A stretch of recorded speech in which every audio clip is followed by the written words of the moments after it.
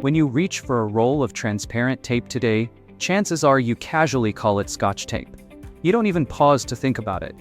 Just like how many of us say Kleenex when we mean tissue, or Band-Aid when we mean any adhesive bandage. The name has become so ordinary that it blends into our daily conversations without question.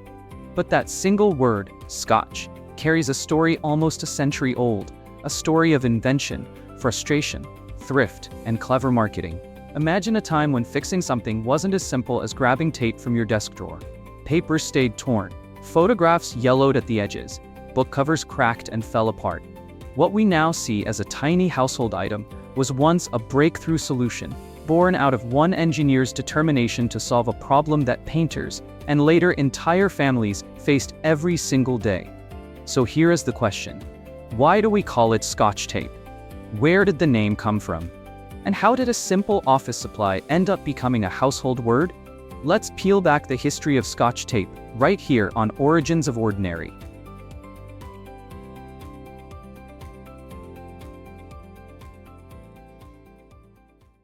Before Scotch tape existed, repairing things was far from convenient. In the early 20th century, people relied on glue that was messy, string that was clumsy, or heavy-duty adhesives like early masking tapes that left behind ugly residue. None of these options were truly practical for delicate repairs. If you accidentally tore an important letter, you either pasted it awkwardly with glue, which often warped the paper, or you resigned yourself to keeping it damaged. A cherished photograph could crack, but there was no way to mend it without leaving visible scars. Even simple items like book covers or packaging posed challenges. Every fix seemed more like a patch than a solution. The idea of a transparent adhesive was nearly unimaginable. Transparency was rare in materials at that time, and adhesives were often thick, dark, or brittle. Households and offices learned to tolerate imperfection, to hide the damage rather than repair it seamlessly. Students carried books with taped-up corners, parents sewed patches on toys, and workers used string to bind papers that had no other way of staying together. It's easy to take for granted the tools we have today. We live in a world where fixing a broken page or resealing a package is as effortless as reaching into a drawer. But back then, a true invisible helper had yet to be invented. This gap, a silent need waiting to be filled, set the stage for one of the most ingenious product breakthroughs of the 20th century. And at the center of it all was an unlikely innovator, a young engineer at 3M who would change how the world connected everyday objects forever. The story of Scotch tape truly begins inside a company that at the time was far from being a household name. In the 1920s, the Minnesota Mining and Manufacturing Company, better known today as 3M, was building a reputation for creativity and persistence. Initially focused on producing sandpaper, the company was steadily branching into new ideas. Their culture of experimentation encouraged employees to observe problems in the real world and chase solutions, no matter how unconventional. Among these curious minds was Richard Drew, a young engineer whose career began in sandpaper development. Drew was no ordinary technician. He had an eye for the frustrations people faced in daily work, and he possessed the patience to keep tinkering until he found an answer. One day, while visiting an auto body shop, Drew noticed a recurring problem. Painters attempting to create cars with sleek two-tone designs struggled with paint lines.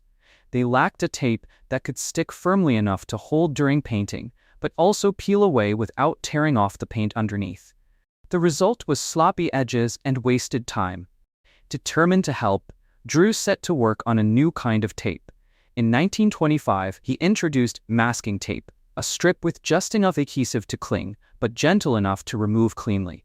For auto painters, it was a revolution. Suddenly, crisp paint lines were possible, and the stakes dropped dramatically. For 3M, it was a turning point. The company had discovered its gift, solving everyday frustrations with smart adhesive products. But Drew wasn't satisfied. He had proven that tape could change industries, yet he believed its potential went far beyond car painting. He envisioned a world where tape could mend the fragile, hold the broken, and extend the life of things people cherished. That vision would push him toward an invention that would not only save countless households money, but also give rise to one of the most enduring names in consumer history. The next great leap forward came at a time when the United States was plunged into one of its darkest chapters, the Great Depression. Families were tightening their belts, stretching every penny, and searching for ways to repair rather than replace. This economic climate created fertile ground for practical inventions, especially those that promised thrift and longevity. Richard Drew was already restless after his success with masking tape. He began experimenting with a new material that had recently gained popularity: cellophane. This shiny, transparent film was initially used as wrapping for candies and gifts, admired for its clarity and novelty. Drew saw beyond its decorative appeal. If an adhesive could be paired with cellophane, the result might be a strong, see-through tape, something people could use to mend torn pages, cracked objects, or packages, without leaving messy, obvious marks. It wasn't easy. Early prototypes lacked enough adhesive, and workers testing the tape reportedly grew frustrated. One irritated user is said to have snapped, "Take this tape back to your Scotch bosses and tell them to put more adhesive on it." The word Scotch in that era was slang for stingy or cheap.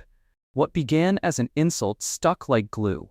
Instead of discarding it, 3M leaned into the remark, turning Scotch into a bold and memorable brand name. By 1930, Drew's transparent tape was ready for the world, and it could not have arrived at a better moment. Across America, families discovered they could patch torn book pages, reseal food packages, fix curtains, and even mend clothing, all with a single roll of this miraculous tape. For many, it became a symbol of resilience in hard times. Advertisements from 3M cleverly highlighted its role in saving households money, portraying Scotch tape as a companion to survival during the Depression years. This wasn't just an invention, it was a lifeline, a strip of cellophane with adhesive transformed into a tool of hope, helping families stretch the life of their belongings during the most frugal era of modern history. As the 1930s unfolded, Scotch tape quickly shifted from being a clever household helper to a cultural mainstay. Families who once dreaded the expense of replacing items found relief in a product that could extend the life of nearly anything. Children saw their beloved toys patched up instead of thrown away. Curtains were discreetly mended rather than replaced, and books remained readable long after their spines cracked. It was as if this transparent strip of cellophane had unlocked a new language of thrift, one perfectly suited to the struggles of the Great Depression. But Scotch tape's story didn't stop there. During World War II, its utility became even more pronounced. Soldiers and workers alike found inventive uses for the tape in the field and in factories, sealing, patching, and repairing with quick efficiency.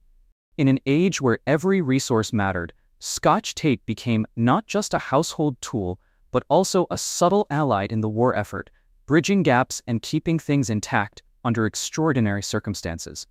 When peace returned, 3M wasted no time in cementing Scotch tape's place in everyday life. The company introduced the now iconic green plaid branding, a design so recognizable that even across a crowded store aisle it could catch the eye. Then came the dispensers with the built-in serrated cutter, transforming Scotch tape from a fiddly roll into an effortlessly usable product. Suddenly, tape wasn't reserved for emergencies or repairs.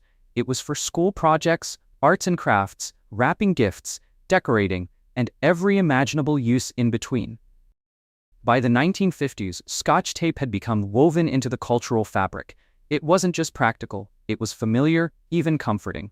Over the decades, 3M continued to expand its range: double-sided tape, heavy-duty packing tape, decorative patterns, and versions engineered for extreme conditions. Yet through all this innovation, the original transparent tape remained the star, the humble hero that had begun as an experiment during hard times but blossomed into a universal symbol of resourcefulness. Not every product earns the privilege of becoming a word in our everyday vocabulary. Many brands have tried, but only a handful succeed. Kleenex, Band-Aid, Velcro. Scotch tape proudly stands among them.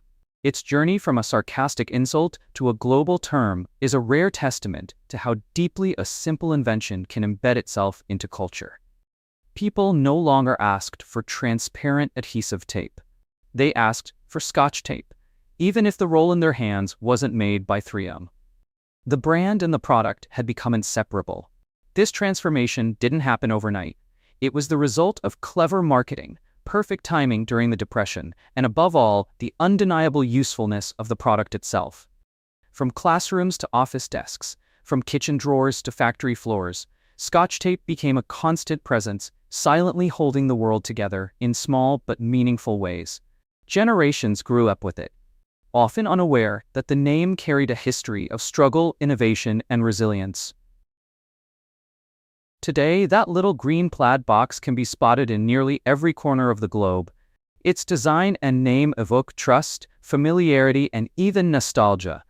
What began as Richard Drew's experiment and a frustrated worker's insult has evolved into an enduring symbol of everyday ingenuity. And that is the story of why we call it Scotch tape. Not for Scotland, not for whiskey, but because a moment of criticism transformed into a legacy of connection. From hardship to household essential, it remains one of the quiet miracles of modern life. Thank you for joining us on this journey through the history of the ordinary, here on Origins of Ordinary. If you enjoyed this story, don't forget to like, subscribe, and share your thoughts in the comments. Who knows? Your idea might inspire our next exploration into the hidden histories behind the things we use every day.